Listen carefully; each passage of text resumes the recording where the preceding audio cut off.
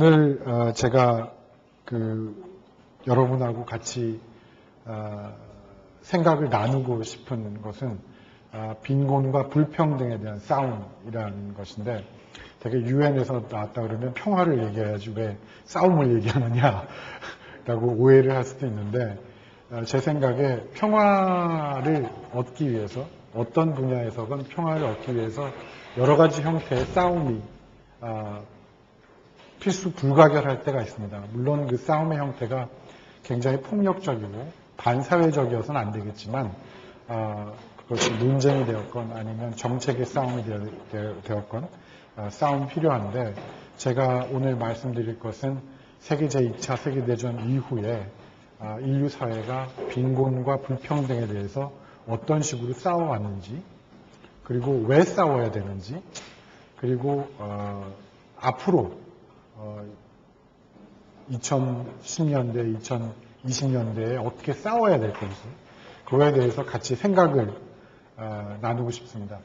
제가 여러분께 말씀드릴 수 있는 것은 제가 보고 듣고 배웠던 여러 가지 경험들 중에 일부분이고, 나머지 부분은 여러분들과 함께 생각해야 될 것 같아요. 왜냐하면 이 싸움은 몇몇 정책 결정자들이 하는 싸움이 아니고 인류사회 전체가 해야 되는 싸움이고, 여러분들도 그 인류사회의 중요한 한 부분이기 때문에 이런 자리를 통해서 한번 같이 고민을 해보는 그런 기회가 되었으면 좋겠습니다. 먼저 왜 싸워야 되는지 그거에 대해서 한번 생각을 해보고 싶은데, 여기 한 4가지 정도의 이유가 있습니다. 인도주의적 이유, 정치적 이유, 경제적 이유, 윤리적, 실질적 이유, 뭐 이런 식으로 학자들이 정리를 해놓은 것인데, 먼저 여러분들이 왜 지구상에 있는 빈곤, 뭐 아주 여러 가지 질문이 있겠죠. 이를테면 한국에도 빈곤이 있는데 왜 우리가 아프리카나 동남아시아냐 아니면 라틴 아메리카에 있는 그런 빈곤층을 위해서 싸워야 되는지, 아니면 내가 잘 살면 되는데 왜 빈곤한 사람에게 관심을 기울여야 되는지, 그런 부분에 대해서 한번 여러분들이 어떻게 생각하는지 그 얘기를 좀 듣고 싶습니다. 혹시 그런 것에 대해서 생각을 해보신 분이 있으시거나 아니면 의견이 있으시면 몇 분만 한번 얘기를 좀 해보셨으면 좋겠는데, 혹시 있으신가요? 왜 싸우죠? 아주 단순한 질문이고 또 단순하게 생각하셔도 됩니다. 왜 싸워야 되는지, 왜 빈곤과 불평등에 대해서 싸워야 되는지. 네. 인류가 무슨 지리적 환경이나 기후를 탓하게 되는데, 그것이 문제가 아니라 그 문제를 뒤는 정치적인 문제, 이런 문제라는 권력이나 기후를 가지고 있는 사람들에게 작용에 대해서 핍박받는 빈곤한 사람들이 있기 때문에. 예. 아주 오늘 제가 말씀드릴 핵심을 잘 말씀해 주셨는데, 빈곤이라는 것은 자연현상이 아니고 인위적인 현상이죠. 그래서 정책의 잘못으로 인해서 아니면 경제, 사회, 정치적인 구조에 의해서 빈곤과 불평등이 발생하는 경우가 많습니다. 그래서 빈곤과 불평등은 사람들이 모인 사회에서 만들어지는 정책에 의해서 축소시키고 제거할 수가 있는 것이죠. 그래서 금방 말씀해 주신 것처럼 빈곤과 불평등은 인간이 만든 것이고, 인간의 정책이 만든 것이고, 또 인간의 정책이 그 빈곤과 불평등 문제를 해결할 수 있다라는 그런 말씀이신 것 같습니다. 또 다른 분 계십니까?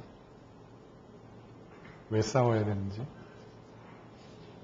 되게 역사적으로 보면 빈곤 문제 아니면 불평등 문제에 대해서 많은 사람들이 이것을 어떻게 볼 것이냐, 어떻게 싸울 것인가에 대해서 얘기를 많이 했습니다. 그래서 크게 나누어 보면 이런 4가지 정도의 이유가 있는데, 인도주의적 이유는 같은 인간으로서 모든 사람들이 평등한 권리를 누려야 되기 때문에 빈곤과 불평등에 의해서 고통받는 그런 것들을 볼 수가 없다. 그래서 빈곤과 불평등에 대해서 우리가 싸워서 그 빈곤과 불평등을 없애야 된다. 이런 것이 이제 되게 휴머니테리안 모티브라고 하는데 그 인도주의적인 이유로 빈곤과 불평등과 싸워야 된다라는 그런 견해를 제시하는 사람들이 있습니다. 두 번째는 정치적인 이유인데 되게 그 미국이나 그 강대국들이 보았을 때 빈곤과 불평등이 자기들의 정치 체제에 반하는 그런 정치 체제를 낳기 때문에 그것과 싸워야 된다. 특히 그 냉전 체제에서 미국이나 아니면 소비에트 러시아를 중심으로 하는 공산주의권에서 자기 정치 체제를 유지하기 위한 하나의 방법 아니면 자기 정치 체제를 더욱더 강화하기 위한 그러한 이유로 빈곤과 불평등에 대해서 싸워야 된다라고 얘기를 많이 했습니다. 그런 것이 또 하나의 정치적인 이유일 것이고 경제적인 이유는 그 대표적인 국가가 일본 같은 경우인데 빈곤과 불평등이 만연한 사회에서는 소비력이 굉장히 낮겠죠. 그렇죠? 일단 물건을 살 수 있는 그런 경제적인 여력이 없기 때문에 만약에 일본처럼 수출 지향적인 그런 국가가 그런 시장들이 줄어들어 버리면 결국 자기네들이 경제 성장을 못하기 때문에 빈곤과 불평등과 싸워야 된다. 이런 그 경제적인 이유로 빈곤과 불평등에 대해서 싸움을 해야 된다라고 얘기하는 그런 이유도 있습니다. 또 하나는 윤리적, 실질적 이유인데 이거는 되게 그 스칸디나비아 국가를 중심으로 하는 그 공여국들, 원조를 수행하는 그런 국가들이 가지고 있는 생각들입니다. 이 생각은 앞에서 얘기했던 인도주의적 이유나 정치적 이유나 경제적인 이유를 모두 결합한 그런 이유, 그것이 실질적인 이유이고 또 윤리적인 이유입니다. 그래서 같은 인간으로서 도저히 그 빈곤과 불평등 때문에 고통받는 것을 볼 수가 없다라는 의미에서 싸워야 된다는 것과 또 빈곤과 불평등이 만연한 사회에서는 사회적 혼란이 일어날 것이고 그런 사회적 혼란이 지구 반대편에서 생겼을 때 그러한 사회적 혼란과 불평등이 결국 자기네 나라에도 영향을 미친다라는 그런 이유도 정책에 들어있고 또 경제적인 이유로 교역이 잘 이루어지고 모든 나라들이 다 잘 살 수 있으려면 결국 빈곤과 불평등을 축소를 해야 된다라는 그런 것들이 있고 이런 세 가지 이유들을 모두 결합해서 싸워야 된다라는 그런 이유들을 가지고 스칸디나비아를 중심으로 하는 공여국들이 또 빈곤과 불평등에 대한 싸움을 했습니다.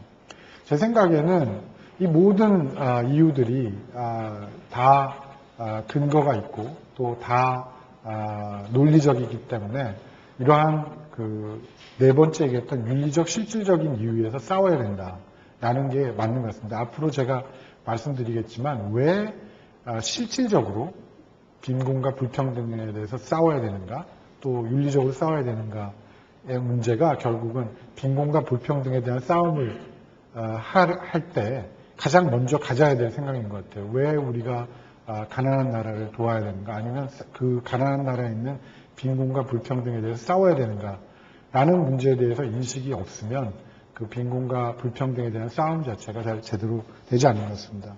유엔은 1, 2, 3의 모든 이유를 결합한 네 번째 윤리적 실질적인 이유로 빈곤과 불평등에 대한 싸움을 1945년 이후에 지속적으로 전개해 왔습니다. 어떻게 싸워왔는가를 그 유엔과 다른 국가들, 주요 공여국들이 해왔던 원조를 중심으로 한번 설명을 드리겠습니다. 일단 세계 제2차 세계대전이 끝났을 때 당시에 가장 멀쩡하게 살아남은 국가는 미국밖에 없었죠. 그렇죠? 미국은 오히려 경제 성장을 할 수 있는 기회였습니다. 세계 제2차 세계대전이. 진주만 폭격을 제외하고는 미국 땅에서 전쟁이 일어나지 않았었고 전 세계에서 벌어지는 전투에 필요한 물자들을 거의 모두를 미국에서 생산을 했습니다. 그러니까 미국에서 전시 경제의 경제적 이득이라는 건 뭐 말을 할 수 없을 정도로 커졌죠. 그래서 미국은 결국 전쟁 두 번의 전쟁, 세계 제1차 세계대전과 세계 제2차 세계대전을 통해서 성장한 나라라고 볼 수 있습니다. 그런 미국이 제2차 세계대전이 끝났을 때, 자, 이제부터 어떻게 해야 될 것인가. 가장 자기들이 만든 물건을 살 수 있을 만한 가능성이 있는 나라들이 유럽인데, 유럽은 경제적으로 완전히 거의 경제적으로 굉장히 피폐한 그런 상황이었죠. 그래서 미국에서 자기네들이 만든 물건들을 팔아야 된다는 그런 경제적인 이유도 있고, 또 하나는 당시에 서서히 성장하고 있는 소비에트 러시아를 견제하기 위한 그런 이유도 있고 해서 마샬 플랜이라는 전후 복구 계획을 세우게 되죠. 그래서 역사적으로는 우리가 ODA라고 얘기를 많이 하지 않습니까? 국제개발 원조라고 하는 그 국제개발 원조의 시초가 바로 마샬 플랜입니다. 우리가 중학교 때 중학교나 고등학교 때 교과서에서 많이 배웠던 마샬 플랜이 사실은 국제개발 원조의 시초라고 볼 수 있는 거죠. 그래서 마샬 플랜을 통해서 미국이 엄청난 금액을 유럽에다가 원조를 하게 됩니다. 근데 재미있는 것은 마샬 플랜이라는 그 원조 계획의 프레임워크 안에서 가장 먼저 원조를 받은 국가가 바로 한국입니다. 마샬 플랜을 만들어서 유럽의 전후 복구를 하자라고 결정을 한 후에 유럽에다가 돈을 어떻게 줄 것인가 이런 그 협상이 진행되고 있을 때 한국에서 그 해방이 되고 난 다음에 한국의 경제 상황이 굉장히 심각해지니까 미국이 원조를 하는데, 자, 어떤 프레임워크로 한국을 원조할 것이냐? 그랬을 때 마샬 플랜으로 하자. 그래서 1948년에 마샬 플랜으로 최초의 조약을 맺은 국가가 한국이 됩니다. 그래서 마샬 플랜은 단지 유럽의 전후 복구 계획으로서만 의미가 있는 것이 아니라 한국이 해방 후에 경제 원조를 받는 그 역사 속에서도 굉장히 의미가 있는 그런 플랜인 거죠. 그래서 그 마샬 플랜은 기본적으로 미국이 중심이 되어서 유럽과 동남아시아와 동북아시아에 있는 국가들을 중심으로 원조를 했던 그런 계획이었습니다. 또 반대편에 소비에트 러시아에서는 코메콘이라는 이게 Council for Mutual Economic Assistance라고 하는데요. 상호 경제 원조 계획 위원회 이렇게 번역이 되겠죠.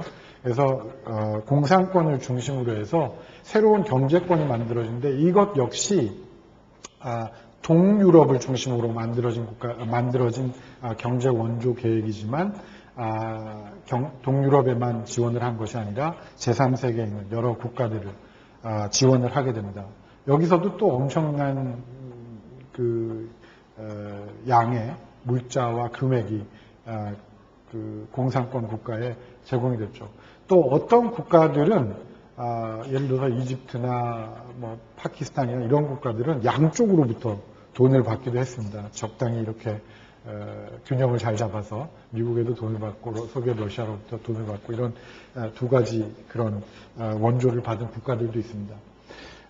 고등학교, 중학교 때 반둥회의에 대해서 아마 얘기를 들어보신 적이 있을 텐데, 우리나라에서 일반적으로 비동맹회의 이렇게 얘기를 많이 하죠. 그래서 인도네시아에 있는 반둥이라는 곳에서 회의가 있었는데, 이것은 뭐냐면 이런 미국과 소비에트 러시아를 중심으로 하는 그런 경제 원조가 자기네 국가에 도움이 되지 않거나 아니면 새로운 형태의 경제개발 원조가 필요하다라는 그런 시각에서 많은 비동맹 국가들, 미국과도 소련과도 관계를 맺지 않고 있는 국가들이 원조를 어떻게 해야 될 것인가에 대한 회의를 하게 됩니다. 근데 거기에 끼어든 게 이제 중국입니다. 중국이 그렇다면 제3세력으로 하나의 비동맹 국가 협의체를 만들어보자. 그래서 중국이 굉장히 국제정치적으로 힘을 많이 쏟아서 만든 회의가 반둥회의였고, 이 반둥회의를 중심으로 해서 비동맹 국가들이 미국, 소련의 영향을 받지 않는 그런 상호 경제 원조 체제 아니면 미국과 러시아로부터 그 돈을 어떻게 받아야 될 것인가에 대한 그런 정책 체계를 만드는 그런 계기가 됩니다. 그래서 마샬 플랜, 코메콘 반둥회의가 결국 그 국가를 중심으로 하는 원조 체계의 3대 축이라고 볼 수 있습니다. 그 다음에 유엔이 있겠죠. 그 제2차 세계대전의 그 전후에 가장 본격적으로 그 빈곤과 불평등과 싸움을 하게 된 것들은 된 기구가 이제 유엔인데, 유엔은 여러 가지로 그 빈곤과 불평등에 대해서 왜 싸워야 되는지 아니면 어떻게 싸워야 되는지에 대한 그런 정책들을 아니면 그 규범들을 제시하는 그런 역할을 했습니다. 그래서 여러분들이 읽어보셨는지 어떤지 잘 모르겠지만 유엔 헌장이나 아니면 우리나라에서 세계인권선언이라고 번역이 되는 The Universal Declaration of Human Rights 1948년에 만들어졌는데 그 두 가지 문건을 보면 정말 이상적인 세계에 대한 그림들이 그려져 있습니다.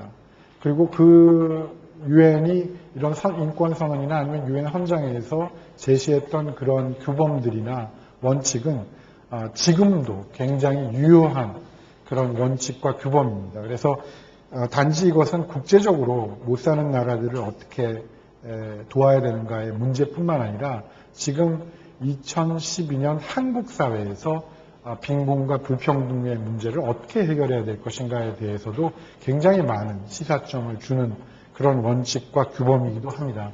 나중에 한번 시간이 나면 같이 한번 소리를 내서 읽어봤으면 좋겠어요. 예전에 우리가 국민교육헌장 하듯이 제가 보기에 이게 참 같이 한번 읽어보고 그 의미를 같이 한번 음미해보는 것이 굉장히 좋은 그런 것인 것 같습니다. 나중에 시간이 나면 한번 읽어보죠. 근데 한 가지 제일 중요한 게 세계인권선언의 제25조를 한번 읽어보죠. 이건 제가 앞으로 하게 될 그 빈곤과 불평등에 대한 싸움과 가장 관련이 되는 조항이기 때문에 모든 사람은 식량, 의복, 주택, 의료, 필수적인 사회 서비스를 포함하여 자신과 가족의 건강과 안녕에 적합한 생활 수준을 누릴 권리를 가지며 실업, 질병, 불구, 배우자와의 사별, 노령, 그 밖의 자신이 통제할 수 없는 상황에서의 다른 생계 결핍의 경우 사회 보장을 누릴 권리를 가진다. 모자는 어머니와 아이는 특별한 보살핌과 도움을 받을 권리를 가진다. 모든 어린이는 부모의 혼인 여부에 관계없이 동등한 사회적 보호를 향유한다. 1948년에 이러한 세계 인권선언을 하고 우리나라도 이 인권선언에 서명을 했습니다. 그랬음에도 불구하고 이 25조의 많은 규범이나 원칙들이 아직까지 지켜지지 못하고 아마 우리 사회를 돌아보면 여전히 이 25조의 이 모든 사람들이 가지고 있는 권리가 보장되지 않고 있다 아직까지 그런 것들이 많이 보일 겁니다. 물론 우리나라는 많은 부분에서 발전을 했지만 여전히 미흡한 부분이 있고 또 제3세계, 지금은 제3세계라는 말을 쓰지 않고 개발도상국이라는 말을 많이 쓰는데 아프리카나 동남아시아, 라틴 아메리카의 그 개발도상국들을 보면 이 모든 여러 가지 거의 대부분의 권리들이 실현되지 않고 보장되지 못하는 것들을 우리가 알 수 있습니다. 그래서 1948년에 이런 인권선언에 많은 국가들이 서명을 하고 그 이후 엄청나게 많은 물자가 투여돼서 노력을 했음에도 불구하고 여전히 전 세계의 약 80%의 사람들이 이러한 기본적인 필수적인 사회 서비스의 보장을 제대로 받고 있지 못하다라는 그런 것은 결국 우리가 빈곤과 불평등에 대한 싸움을 제대로 하지 못했다라는 그런 결론이 나옵니다. 예전에 1960년대, 70년대 뉴욕에 빈곤 문제가 굉장히 심각하게 돼서 연방정부와 뉴욕 주정부가 뉴욕주에 있는 빈곤 문제를 어떻게 해결할 것인가에 대해서 굉장히 신경을 많이 쓰고 정책을 개발했습니다. 그래서 연방 예산의 많은 부분을 투여해서 뉴욕주에 있는 슬럼이라고 얘기하는 그 빈민가의 빈곤 문제를 해결하기 위해서 많은 노력을 기울였습니다. 많은 물자를 투여하고 그래서 뉴욕에 있는 많은 대학에서 개발학과 관련된 사회학이나 뭐 이런 여러 가지 학문 분야에서 빈곤과 관련된 그런 연구도 많이 하고 또 학교에서 그렇게 많은 관심을 기울이니까 학생들도 빈곤에 대해서 많은 연구를 하게 됐죠. 그래서 근 10년, 20년 동안 엄청나게 많은 노력을 했는데 뉴욕주의 빈곤 문제는 별로 해결이 안 되고 빈곤을 주제로 한 박사학위 소유자만 많이 늘어나는 그런 결과를 낳았다는 농담이 있습니다. 빈곤과 불평등도 1940년대 이후에 엄청나게 많은 물자가 투여되고 또 학문적으로도 굉장히 많은 연구가 있었지만 저를 비롯한 그런 빈곤과 불평등에 대해서 박사학위를 가진 사람들은 굉장히 많지만 여전히 지구상의 빈곤 문제가 해결되지 않았다는 것은 결국 저 같은 사람들이 굉장히 많은 책임을 져야 되는 그런 걸 수도 있는 것 같습니다. 이것은 이제 1945년에서 1970년대 말까지의 어떤 그 싸움의 원칙들이었는데 그 결과는 아프리카 남아시아 등에서는 약간의 개선이 있었습니다. 아프리카에서 특히 되게 우리나라가 얼마나 못 살았는가를 비교를 하면서 가나랑 많이 비교를 합니다. 그래서 1960년대에 우리나라가 가나보다 못 살았다라고 얘기하는데 이게 약간의 의미에 약간 혼란이 있는 것이 당시에 가나는 아프리카에서 굉장히 발전하는 국가였어요. 그래서 가나랑 한국과 비교하는 거는 어떻게 보면 좀 비교가 잘못됩니다. 지금 가나는 굉장히 가난하지만 아프리카의 60년대의 가나는 굉장히 성장하는 그런 국가였습니다.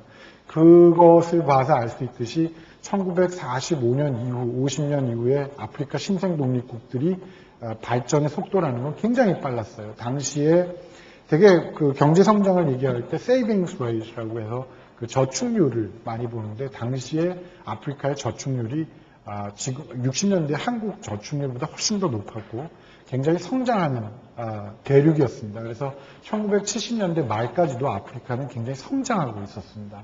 그래서 아프리카에서 그런 발전이 있었고 남아시아 역시 여러 가지 개선이 있었는데 특히 의료 분야는 개선이 많이 있었습니다.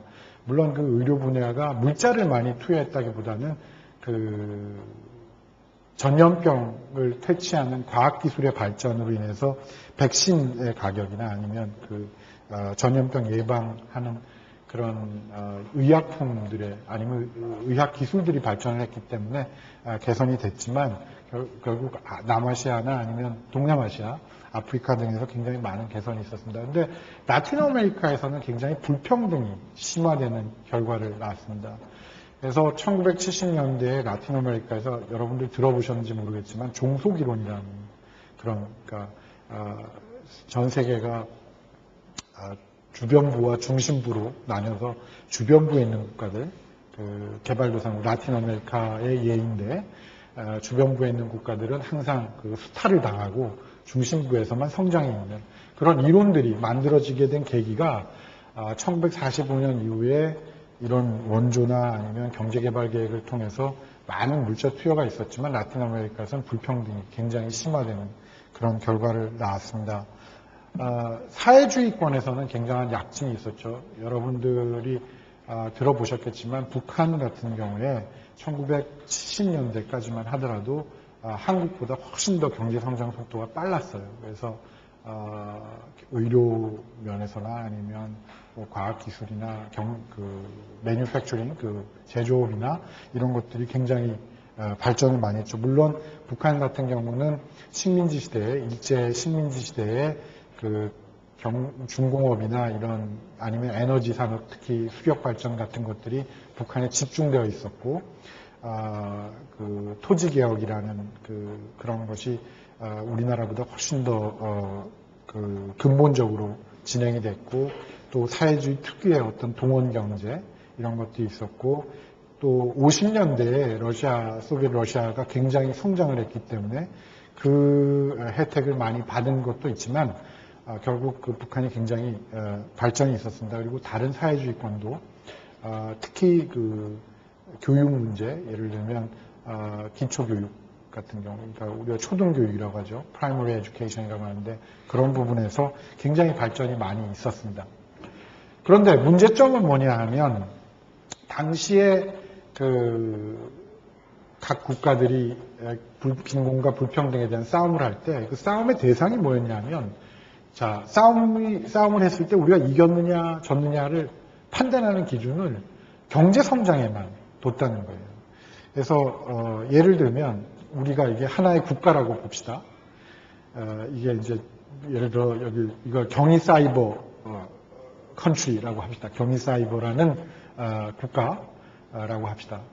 근데 이 나라에서 약 10년이나 20년 정도 경제 개발 정책을 했는데 100만 불의 경제 성장이 있었다고 치죠. 그런데 그 100만 불의 경제 성장이 대부분 누구한테 들어갔냐면 여기 앉으신 이 세 분에게 돌아갔다고 한번 생각을 해보세요. 그래서 이 나라의 GDP는 그러니까 그 국내 총생산인가요?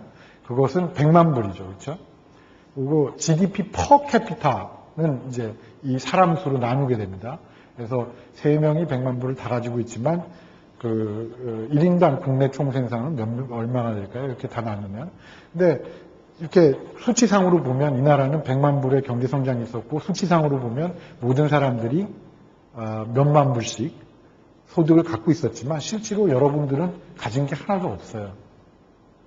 그러니까 그렇게 계산을 했던 거죠. 경제 성장 정책을 펼 때 그 나라가 국내 총생산이 어느 정도 성장을 했다. 그러면 우리가 빈곤과 불평등에 대한 싸움에서 이겼구나. 그러니까 결국은 국내 총생산이라는 게 굉장히 재미있는 통계인데 예를 들면 이 나라의 경위사이버에 오늘 태풍이 불었어요. 그래서 약 50만 불어치의 재산 손실이 있었습니다. 그래서 그 50만 불어치의 재산 손실을 보전하기 위해서 내년에 50만 불어치를 투자를 했어요. 그렇다면 우리의 삶은 변한 게 없죠. 그렇죠? 50만 불 날아간 거를 다시 50만 불로 채웠으니까. 하지만 국내 총생산은 50만 불이 늘어나는 거예요. 그러니까 이런 식으로 계산을 하다 보니까 빈곤과 불평등은 제거되지 않았지만 국내 총생산은 늘어나는. 그래서 국내 총생산이 늘어나면 빈곤과 불평등이 줄어드는구나. 이런 식의 사고를 하게 됩니다. 그래서 이런 경제 성장 중심의 개발 전략이 잘못됐다라는 그런 의견들이 나오기 시작했습니다. 특히 북부를 중심으로 하는, 스칸디나비아를 중심으로 하는 그런 국가들에서 이런 경제 성장 중심의 발전 전략이라는 건 잘못됐다라는 그런 시각들이 제시가 되는 거죠. 그래서 만들어진 게 바로 저희 연구소입니다. UN 안에 이러한 경제성장 중심의 개발 전략이 아닌 사회개발, 즉 영어로 소셜 디벨롭먼트라고 하면 바로 빈곤과 불평등이 없어지는 그런 개발이 필요하다. 그래서 만들어진 것이 UN 사회개발연구소입니다. 그래서 군나르 미르달이라는 학자가 있는데 1974년에 노벨 경제학상을 받으신 분이에요. 제가 가장 존경하는 학자 중에 한 분인데 그분이 이런 연구소가 유엔 안에 반드시 필요하다라고 해서 1963년에 만들어집니다. 그러니까 내년이 저희 연구소로서는 50주년이 됩니다. 그래서 50주년 기념 행사를 지금 많이 준비하고 있습니다. 그래서 아마 한국에서도 제 생각에는 기념 행사를 하나 크게 할 생각인데 나중에 기회가 있으면 꼭 와서 다시 한번 만날 수 있는 기회가 됐으면 좋겠습니다. 이런 문제점이 있어서 그러면 어떻게 이런 빈곤과 불평등에 대한 싸움을 할 것이냐 해서 저희 연구소도 만들어지고 또 미국이나 이런 데서는 또 다른 의견을 가지고 있는데 그 다른 의견 중에 가장 주요한 하나의 견해가 바로 우리가 지금 많이들 얘기하는 신자유주의라는 겁니다. 신자유주의는 사실은 1970년대 말에 갑자기 생긴 것이 아니고 1945년 이후에도 지속적으로 있었습니다. 그래서 아까 1974년에 굿나르 미르달이라는 학자가 노벨 경제학상을 받았다고 했었죠. 근데 그때 공동수상이었습니다. 경제학이. 근데 그 또 한 명의 경제학상을 수상한 사람이 하이엑라는 사람인데 바로 그 사람이 바로 이 신자유주의의 어떤 철학적인 기초, 경제학적인 기초를 닦은 사람입니다. 그래서 당시에 노벨 경제학상을 줄 때 이 빈곤과 불평등에 대한 싸움을 해야 되는데 도대체 어떤 견해가 좋을까 고민을 하다가 굿나르 미르달이 얘기하는 사회개발, 그 다음에 프레드릭 하이에크가 얘기하는 신자유주의, 그럼 너희 둘이 한번 앞으로 발전을 시켜서 빈곤과 불평등에 대한 싸움을 제대로 한번 해봐라 라는 의미도 있었겠죠. 그래서 1914년에 굿나르 미르달과 하이에크이 공통으로 경제학상을 수상하게 되는데 그 프레드릭 하이에크가 그 주장했던 신자유주의라는 것이 1970년대 말에 서구 선진국의 경제 위기와 함께 굉장히 중요한 이론으로 대두가 되고 또 정치적으로는 마가렛 대처나 아니면 영국의 여자 수상 있잖아요.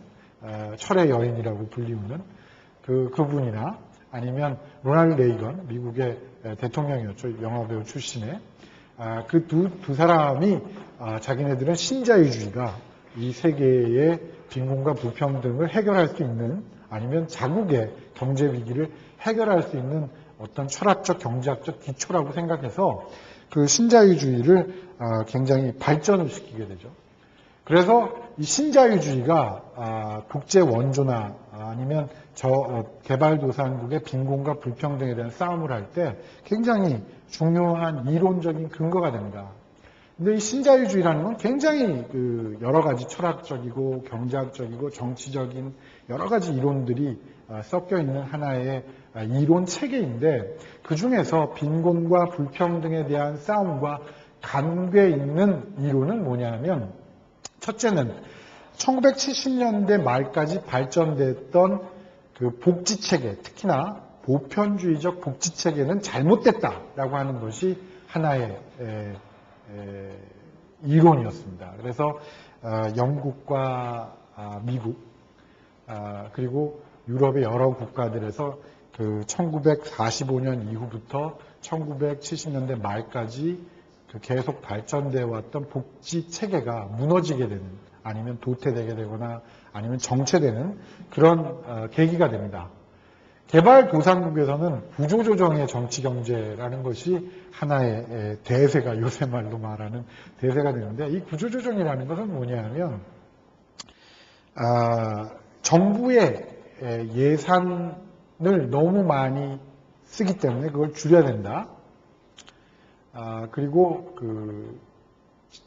국가의 통화 가치가 너무 변동이 심하기 때문에 통화 가치를 안정시켜야 된다. 이 두 가지가 핵심적인 것인데 그것이 국내의 복지 정책과 관련해서 보면 어떤 것이 되냐면 정부의 예산 소모가 너무 많기 때문에 그 예산을 줄이려면 어떤 것부터 줄여야 될 것인가. 되게 이제 학자들은 얘기할 때 예산이 줄면 연구 예산이 제일 먼저 줄어든다고 얘기를 많이 하는데 국내 정치에서 봤을 때는 복지 예산이 제일 먼저 줄어듭니다. 특히나 복지 분야에서 일하는 사람들의 예산이 많이 줄어듭니다. 그래서 선생님들이 감원이 되고 또 간호사 아니면 복지사 이런 분들이 감원이 많이 되는 거죠. 그래서 그 부분이 약해지면서 당시에 개발도상국에서 한참 발전하고 있던 의료, 보건, 고치는 거, 그 다음에 방역이나 뭐 이런 것, 그 다음에 교육, 이런 사회 인프라라고 하죠. 소셜 인프라스트럭처가 전부 도태되거나 정체되는 그런 현상을 보이게 됩니다. 그 다음에 국가 영역이 후퇴되게 되는데 신자유주의의 또 하나의 핵심은 뭐냐면 아마 설경 선생님께서 전공하신 한나 아렌트나 시민사회 뭐 이런 것들하고도 관계가 있는 일인데 국가 영역, 국가에 대한 불신이 굉장히 심해지죠. 특히나 개발도상국에 있는 국가가 부패나 아니면 비효율적이다 이런 면에서 굉장히 국가에 대해서 불신이 많이 생겨서 국가보다는 시민사회를 통해서 하자 이런 것들이 있는데 이것은 좋은 점과 나쁜 점이 있습니다. 첫째는 국가가 실제로 비효율적이고 부패가 심한 그런 상황을 연출을 많이 했기 때문에 시민사회를 통해서 빈곤과 불평등에 대한 싸움을 본격화해야 된다라는 것이 맞을 수도 있는데 빈곤과 불평등에 대한 싸움을 할 때 국가가 중심이 돼야 되는 싸움들이 있습니다. 예를 들면 수도나 전국적으로 인프라를 깔아야 되는 인프라를 구축해야 되는 그런 것은 국가가 할 수밖에 없는 거죠. 그런데 시민사회는 아무래도 분산이 돼 있고 전체적인 통일 체계를 갖추기 힘들기 때문에 이 국가를 강화를 시켜야 되는 측면이 있는데 국가를 강화시키기보다는 시민사회에만 중점을 두어서 국가가 약해지는, 그래서 국가가 부패와 비효율이었는데 이제는 무능력하기까지 한 그런 국가를 만드는 그런 결과를 초래하기도 했습니다. 그래서 그리고 시민사회의 영향력을 강화를 시켜야 되는데 시민사회의 실질적인 영향력을 강화시키기보다는 아주 형식적으로 예를 들면 시민사회의 리더들에게만 힘을 주거나 자원을 몰아주는 이런 역할을 하게 됐죠. 특히나 월드뱅크, 그 세계은행이라고 하는 그런 국제금융기관에서 이런 부정적인 형태의 그 시민사회에 대한 투자를 많이 했습니다. 그 다음에 자본과 노동의 세계화가 또 이 신자유주의의 하나의 하나의 규범이자 원칙이었는데 국가 간의 장벽을 없애서 자본과 노동이 마음대로 돌아다니게 하자. 근데 이게 참 좋은 얘기입니다. 자본과 노동이 국경이 없이 왔다 갔다 하는 게 좋은 얘기인데 이게 이제 그 힘센 나라와 힘 약한 나라, 아니면 경제적으로 굉장히 부강한 나라와 경제적으로 약한 나라가 자본과 노동의 그 국제적인 장벽이 없이 움직이게 되면 피해를 보는 건 항상 힘 약한 나라, 경제적으로 약한 나라죠. 이거는 그냥 우리나라가 개항을 했을 때의 그 상황을 보시면 금방 이해가 됩니다. 개항이라는 게 결국 이 자본과 노동을 자유화하자는 거예요. 그러니까 폐쇄적인 거를 드러내고 교육을 자유롭게 하자. 근데 개항의 결과 우리나라가 얻었던 건 거의 없는 거죠. 그렇죠?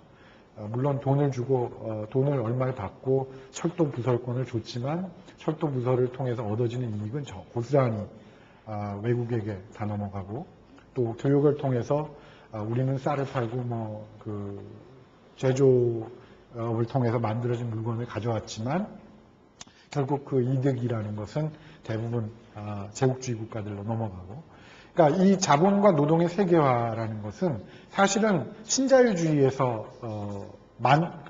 독창적으로 발명한 것이 아니고 이미 이전에 제국주의 시대에 있었던 어떤 그 교역의 불공정한 그런 형태들을 신자유주의라는 그 틀 안에서 새롭게 만들어낸 거죠. 그래서 자본과 노동의 세계화를 통해서 힘이 약한 나라, 경제적으로 약한 나라들이 피해를 많이 보는 그런 상황을 갖게 됩니다. 나중에 표로 제가 왜 그게 사실인지 아닌지를 보여드리겠지만, 그 다음에 금융산업이 본격화됩니다.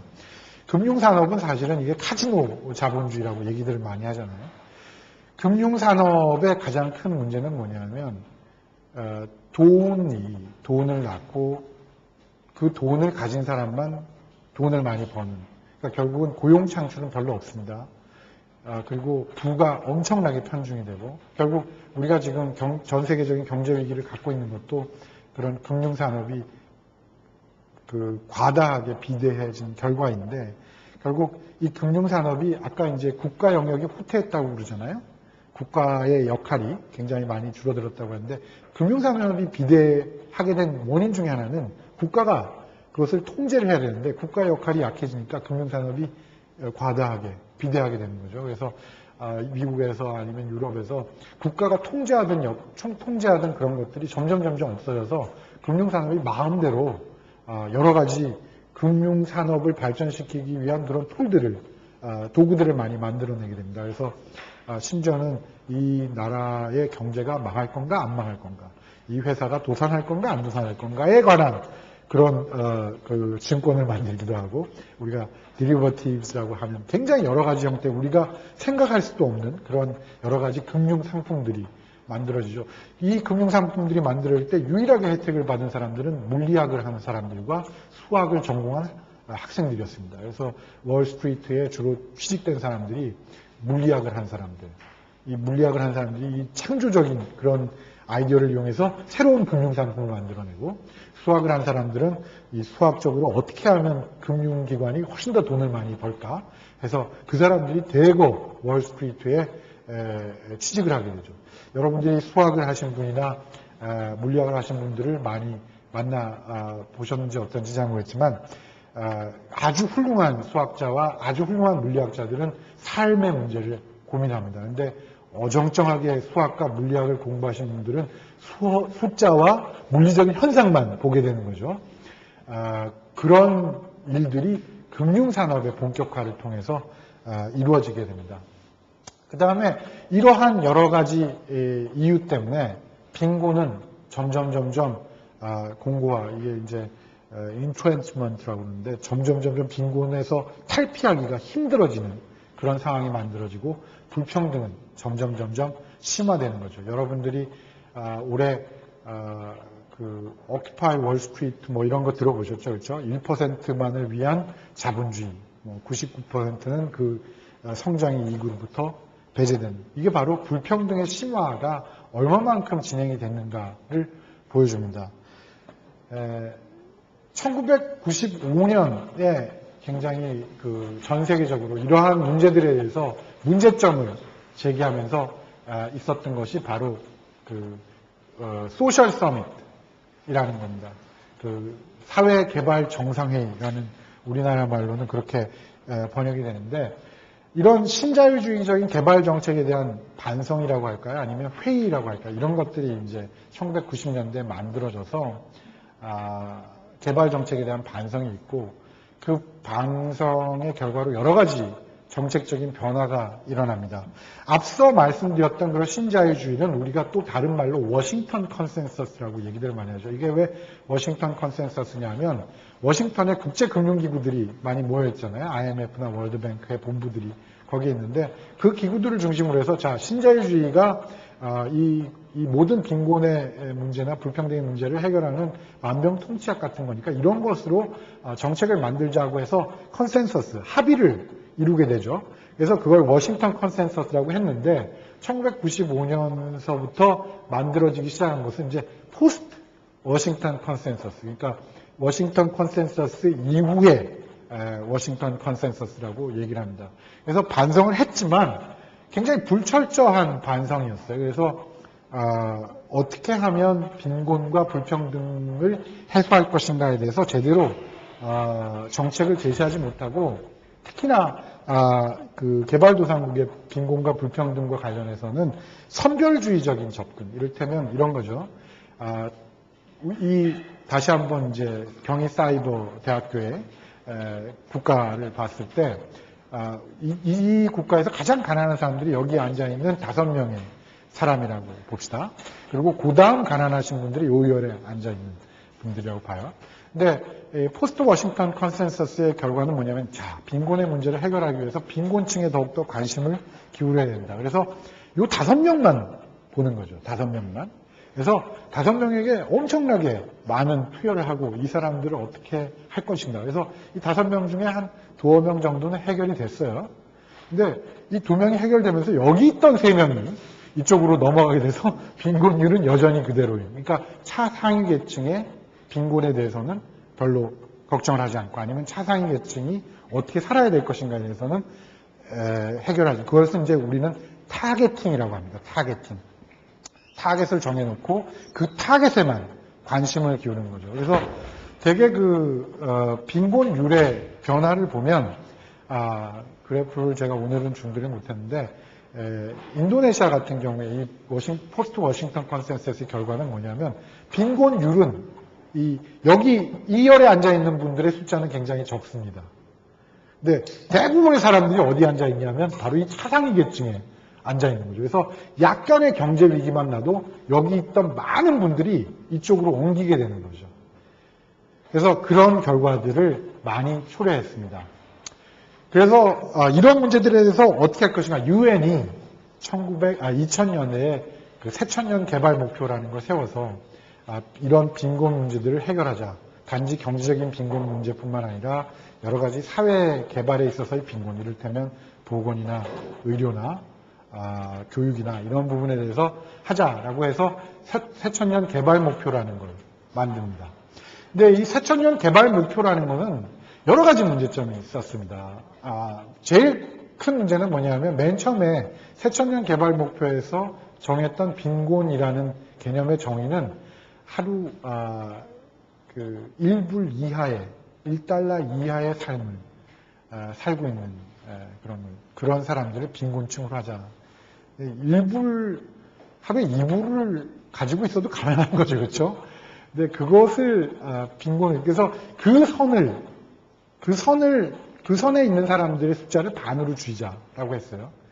근데 굉장히 그 목표 자체가 굉장히 반사회적인 목표였습니다. 일단은 그런 것들이 있고, 그 다음에 개발이라는 것은 사실은 정치의 문제입니다. 정치적으로 이 문제를 어떻게 해결해야 될 것인가 하는데 새천년 개발 목표에서는 정치를 어떻게 해야 될 것인가에 대한 얘기가 전혀 없습니다.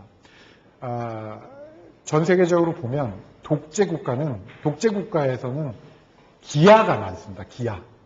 식량이 없어서 굶주려서 죽는 일들이 많습니다. 독재국가 아닌 국가는 기아가 적습니다. 결국 이 기아의 문제를 해결하기 위해서 왜 독재가 없어야 되냐면, 기아라는 거는 사람들이 배고파서 죽으니까 그 사람들이 원성을 막 클레임을 할 거 아닙니까? 이게 기아 지금 우리가 굶어 죽는데, 독재 국가에서는 이러한 그 배고픈 사람들의 목소리가 잘 전달될 수 있는 구조가 아니에요. 그다음에 민주주의 국가는 선거를 해야 되기 때문에 그런 불만이 있으면 빨리빨리 해결해야 되잖아요.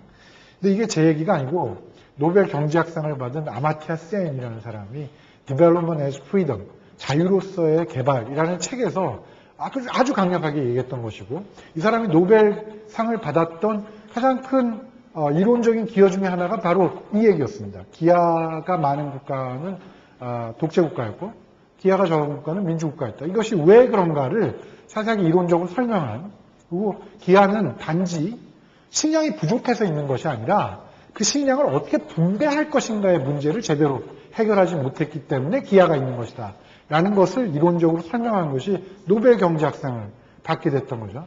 그러니까 이런 식으로 정치의 문제가 새천년 개발 목표에는 들어있지 않았습니다. 그 다음에 불평등에 대한 문제가 없었습니다. 빈곤이라는 문제는 사실은 불평등의 문제와 뗄래야 뗄 수가 없는 관계에 있습니다. 이를테면 동전의 양면처럼 빈곤이라는 문제는 곧 불평등의 문제이고, 불평등의 문제는 곧 빈곤의 문제인데, 이 두 가지 문제 중에서 빈곤의 문제만 초점을 맞추고 불평등의 문제는 초점을 맞추지 않았기 때문에 빈곤은 지속적으로 양산하는 그런 문제점을 가지고 있었습니다. 또 하나는 생산에 대한 관심이 미약했습니다. 빈곤의 문제는 단지 물자를 나누어주는 문제뿐만 아니고 생산을 어떻게 할 것인가의 문제인데, 왜냐하면 우리가 생산을 하지 않으면 나눠줄 것이 없기 때문에. 그래서 나누어주려면 생산을 해야 되고, 생산을 했으면 나눠줘야 되는데, 이 생산에 대한 문제, 우리가 되게 국제개발 정책을 하시는 분들이 생산의 문제를 고용의 문제, 직업을 어떻게 창출할 것인가의 문제로 보는데, 이 직업에 대한 문제가 이런 방구도 없었어요. 그러다가 나중에 이제 그것이 문제가 되자 들어가긴 했는데 너무 늦게 들어가서 계속 문제가 되고 있었고, 그래서 이러한 여러 가지 국제적인 노력 때문에 성장은 굉장히 많이 있었습니다. 근데 빈곤 축소나 아니면 불평등 완화의 속도는 굉장히 느렸습니다. 이거 이제 불을 잠깐만 꺼주시겠어요? 이게 이제 이코노믹 그로우스, 만약에 경제 성장이 만약에 개발이라고 한다면 전 세계적으로 어떤 그림이 만들어지는가를 보는 건데, 이게 선진국의 개발 경제 성장입니다. 맨 위에 노란 줄이. 그래서 저기 1960년대부터 2010년까지의 경제 성장 그래프죠. 빨간 것은 세계 평균입니다. 그 다음에 여기 회색으로 나온 것이 미들 인컴, 중진국의 인컴입니다. 그 다음에 이게 가장 가난한 저개발 국가들의 경제 성장입니다.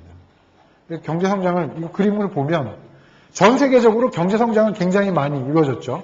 하지만 누가 경제 성장을 했냐면 그 선진국들이 이렇게 경제 성장을 하고 중진국이 요만큼 경제 성장을 했는데 여기 2000년서부터 이렇게 높아진 거는 우리가 이머징 이코노미라고 얘기하는 신흥 경제국들, 이를테면 브라질이나 차이나나 인디아나 사우스 아프리카나 이런 브릭스라고 얘기하는 그런 국가들이 경제 성장을 한 거고, 저개발 국가들은 여전히 경제 성장을 많이 못하게 된 거죠. 물론 여기서도 경제 성장이 조금 있었지만 그 나라에서도 잘 사는 여기 이 줄에 앉아 계신 세 분이 많은 경제력을 갖게 되고, 그래서 결국 빈곤이라는 문제는 여전히 남아있게 되는 그런 결과를 초래했습니다. 그 다음에 아까 신자유주의가 교육과 자본과 노동의 교역을 자유롭게 해서 빈곤과 불평등 문제를 해결하자라고 얘기를 했는데, 2000년서부터 그 월드 트레이드, 그러니까 세계 무역은 이만큼 성장을 했습니다. 그래서 월드 퍼 캐피타 인컴은 아까 경제 성장을 한 것을 전 세계 인구로 나눈 건데 이만큼 성장을 했죠. 근데 아까 우리가 이전 그림에서 봤듯이 이만큼 성장한 것은 결국 선진국에서 경제 성장을 그만큼 했기 때문에 이렇게 이루어진 것이고, 월드 베이직 케이퍼빌리티즈 인덱스라는 것은 뭐냐면 교육을 얼마만큼 받게 됐냐, 사람들이. 그 다음에 보건의료에서 얼마만큼 혜택을 받아서 잘 살게 됐느냐를 봤을 때 전혀 거의 성장이 없었습니다. 이 월드 트레이드나 월드 퍼 캐피타 인컴에 비해서 이것은 거의 성장이 없었죠. 결국은 우리가 돈은 많이 벌었는데 그 돈을 우리가 실질적으로 필요한, 아까 우리가 인권선언에서 봤던 교육, 의료, 모자보건과 같은 필수적인 사회 서비스에는 거의 돈이 가지 않았고, 그런 것들 때문에 여전히 세계에서 모든 인간들이 누려야 될 그런 권리들의 향상은 별로 이루어지지 않았다는 겁니다. 그러면 2008년부터 앞으로 이제부터 어떻게 싸워야 되느냐, 일단 지금 우리가 가지고 있는 위기를 한번 봅시다. 지구적 경제 위기가 있죠. 선진국에서 개발도상국으로 위기가 전파되는 그런 것이 있고, 지구 온난화 등의 환경 위기가 있고, 에너지 자원의 위기가 있고, 1차 상품의 가격 위기 등이 있습니다. 1차 상품의 가격 위기라는 것은 1차 상품, 예를 들면 에너지 자원이나 곡물이나 이런 것들이 가격 변화가 너무 심해서 그런 것들이 있습니다. 이런 위기들이 지금 우리에게 조건으로 주어지는 거죠. 그래서 이러한 위기들 속에서 빈곤과 불평등에 대해서 어떻게 싸워야 될 것인가. 신흥 경제대국들이 경제 성장을 하는 패턴은 이전에 우리가 봤던 신자유주의적인 것도 아니고, 또 굉장히 그 이전과 다른 형태의 발전을 이뤘기 때문에 여기서 어떤 레슨을, 교훈을 받아서 새롭게 빈곤과 불평등에 대해서 싸움을 하면 되지 않을 것인가, 싸움을 하면 어떨까, 이런 생각들을 많이 하고 있습니다, 유엔에서. 그래서 굉장히 여러 가지 새로운 개발 패러다임을 만들어내고 있습니다. 저희 연구소를 중심으로 설명을 하자면, 저희 연구소는 아까 말씀드렸듯이 단지 경제 성장이 아니라 사회 정책, 경제 성장과 분배를 어떤 식으로 해야만 인류 사회의 모든 사람들이 빈곤과 불평등으로부터 탈출할 수 있을 것인가를 고민을 하는데, 그 고민의 어떤 기본적인 프레임워크라고 할까요? 그런 것들이 바로 개발입니다. 개발이 무엇인가? 그래서 여기 이렇게 세 가지 정도의 개발에 대한 정의를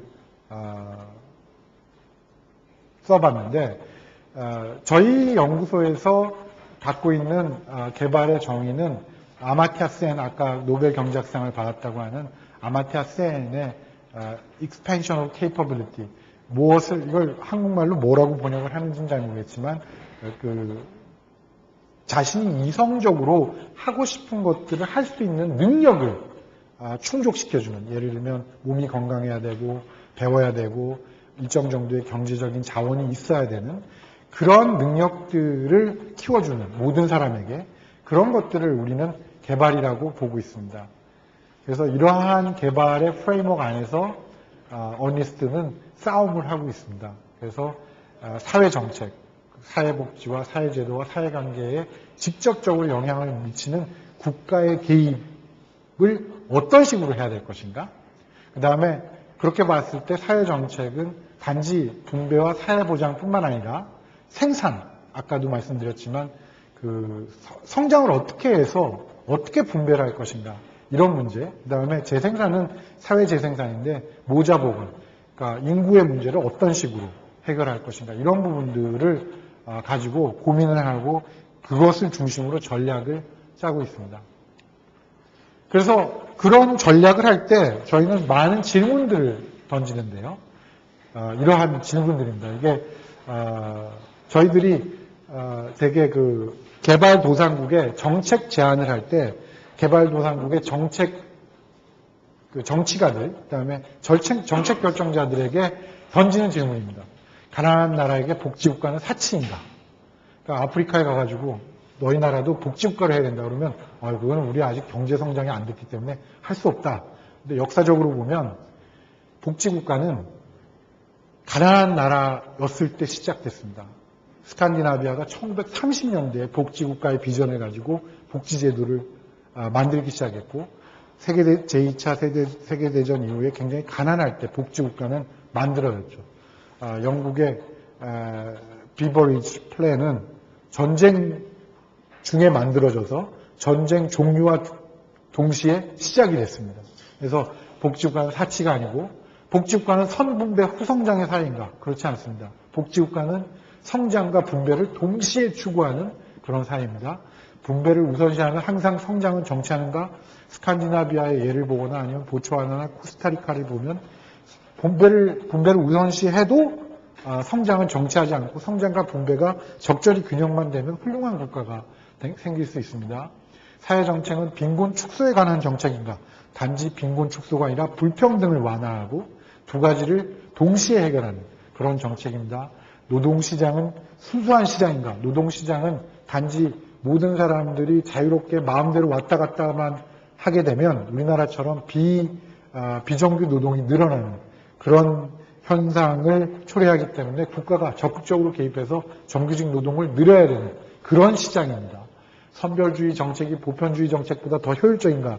우리나라에서 무상급식에 대해서 많은 논쟁이 있었다고 생각하는데 아프리카나 빈곤율이 70% 이상 되는 국가에서 빈곤한 사람들을 찾는데 들어가는 비용이 굉장히 비쌉니다.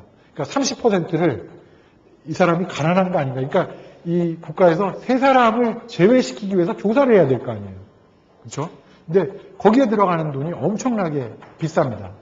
그 사람들에게 공무원들을 늘려야 되고 공무원들이 일일이 만나서 이 면접을 해야 되고 세금 조사를 해야 되고 이 비용이 엄청나기 때문에 결코 효율적이 않습니다. 경제적으로 봤을 때. 그 다음에 이러한 조사를 하면서 이 스티그마라고 하는데 낙인이라고 하죠. 그것이 또 큽니다. 그래서 빈곤한 사회에서 사회적인 분열이 확산되고 그래서 또 다 찾아내지 못합니다. 지금까지 이런 선별주의적 타겟팅을 해가지고 누가 가난한지를 찾아서 그 사람들에게 돈을 주는 정책으로 가장 성공한 정책이 볼사 파밀리아라는 브라질에서 있었던 그런 정책인데 거기서 가난한 사람들 중에서 혜택을 실제로 준 비율은 50% 정도입니다. 그러니까 나머지 진짜 가난한 사람 50%는 받지를 못했던 거죠. 그리고 가난하지 않은 사람들이 받은 게 또 한 30% 됩니다.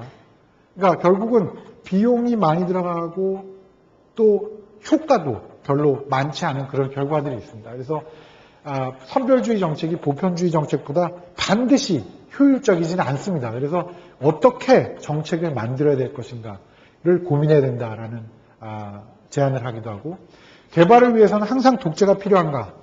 한국이 개발 원조 정책에서 가장 큰 악영향을 미친 게 바로 이 부분인데 한국의 예를 들면서 한국에서도 독재 시기에 가장 경제 성장이 있었지 않았냐, 삶이 나아지지 않았냐라고 하는데 전 세계의 경험적인 자료들을 살펴보면 개발과 성장, 개발과 분배, 개발과 복지 증진은 반드시 인과관계가 아닙니다.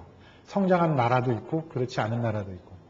그래서 반드시 개발에는 독재가 있어야 된다는 것은 잘못된 얘기입니다. 그래서 민주적으로 개발을 하는 방법이 필요하고 또 그것이 어떤 메커니즘인가를 또 저희가 설명하기도 합니다. 분배와 평등만을 생각하는 사회정책이 훌륭한 사회정책인가? 어떤 나라에서는 분배와 평등만 해야 된다라고 주장하는 국가도 있습니다. 그런데 아까도 말씀드렸지만 성장이 없는 국가에서 분배와 평등을 주장해서는 결코 훌륭한 복지가 증진이 되지 않겠죠.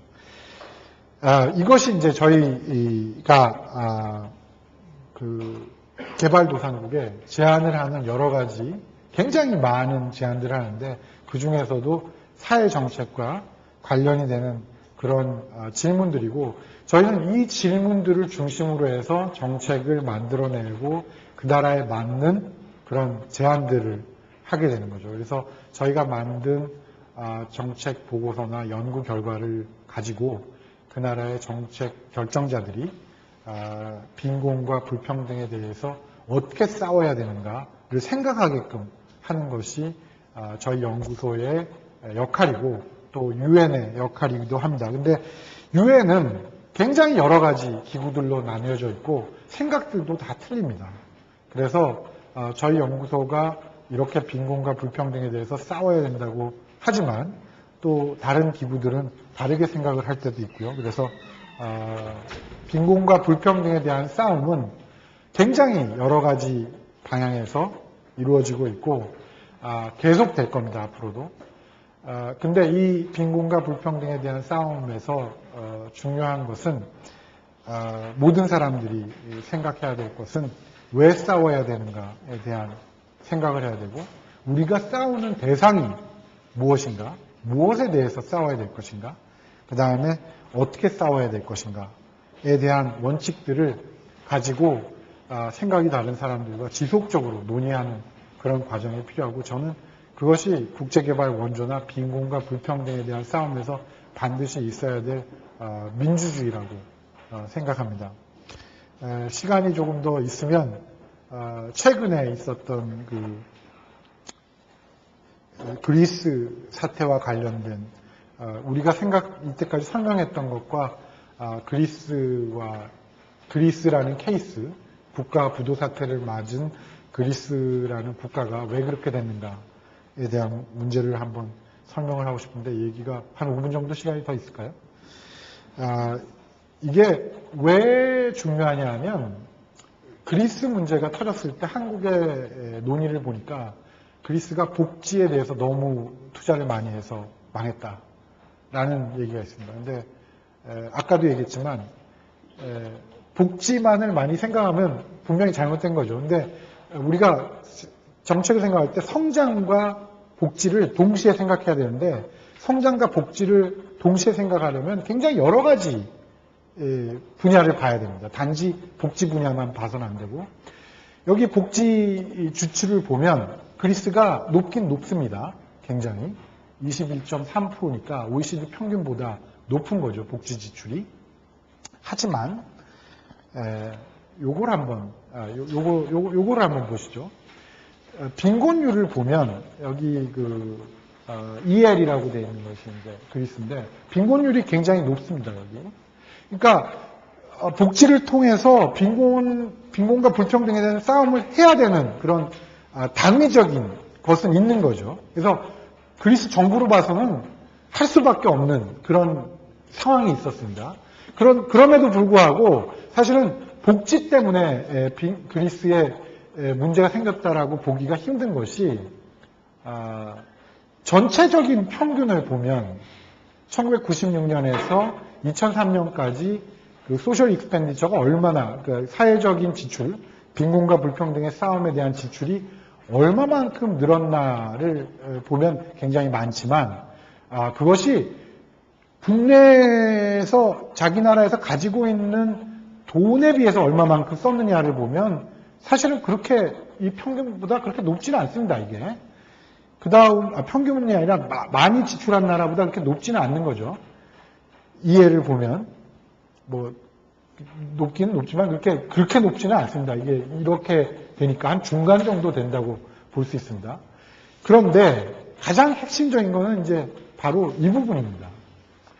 지금까지 문제가 됐던 여러 가지 국가들, 아일랜드나 그리스나 포르투갈이나 스페인이나 이태리를 보면 부채율이 굉장히 높은 거죠. 국가 부도라는 것이 부채를 갚지 못해서 그러니까 국가 부채라는 것이 외국에서 돈을 빌려다가 부채를 안고 있는 거잖아요.